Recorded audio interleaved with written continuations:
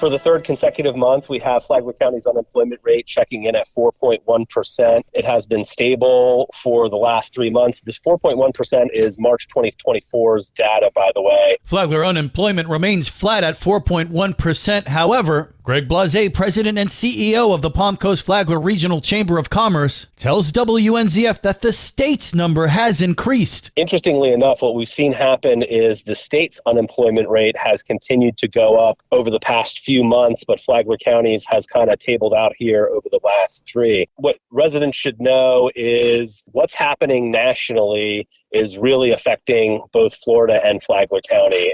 And what I mean by that is high interest rates, stubbornly high inflation. These reports are coming out pretty much on a daily basis out of the economy, and these are having continuing impact on consumers. And as we look at consumer sentiment data, we can see that people are feeling still not very positive about making big ticket purchases. So the thing you have to know about this is Flagler County tends to be a driving destination for tourism, meaning people drive here, they don't fly by plane. And so when you think about what that person goes through to pay for gas, if the price of gas is high or if the price of food is high, they may rethink their trips to our area. So what we'll be looking out for in the coming months to see if this is a trend or if it's just a hiccup is we expect hiring to increase over the next couple of months as we get into the warmer summer months. We see employment pick up because those people are normally traveling here or they are visiting our shops for retail opportunities. So if that doesn't materialize, then I think it could be a warning signal for us. However, if it does materialize like it usually does, then we'll be seeing more positive news as we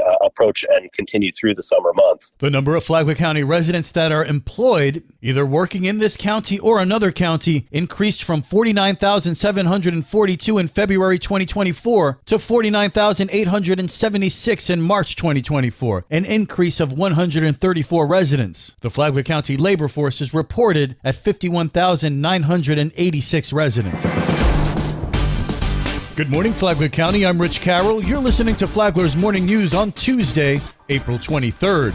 The City of Palm Coast has a meeting this morning. Communications and Marketing Director Brittany Kershaw has a preview. The special budget workshop begins at 9 a.m. in the community wing of City Hall, and there will be 2 presentations throughout this workshop meeting. The first one will be the Financial Services Department, and they are going to share the year-to-date budget results for all operating departments so far in fiscal year 2024. So that includes October of 2023 through March of this year, and it'll be an overview of both revenue and expenditures. So after that update, we're going to jump into workshop on the strategic action plan, and a couple consultants that are helping with this process will be there, and it will be an interactive workshop session with the City Council on developing their priorities for the next fiscal year. So they're going to talk about some research that they've already conducted to date and deliver their findings to the City Council. And then they're going to have an interactive discussion and an exercise on the objective selection and the implementation process for these priorities moving forward. There will be an opportunity for the public to come and make public comment to City Council during the meeting. And as always, the public is encouraged to come and get involved in their city government, especially during these special budget workshops, because this is really an in-depth look at planning the budget for the next fiscal year. So it's really great to be educated on where your tax dollars are going.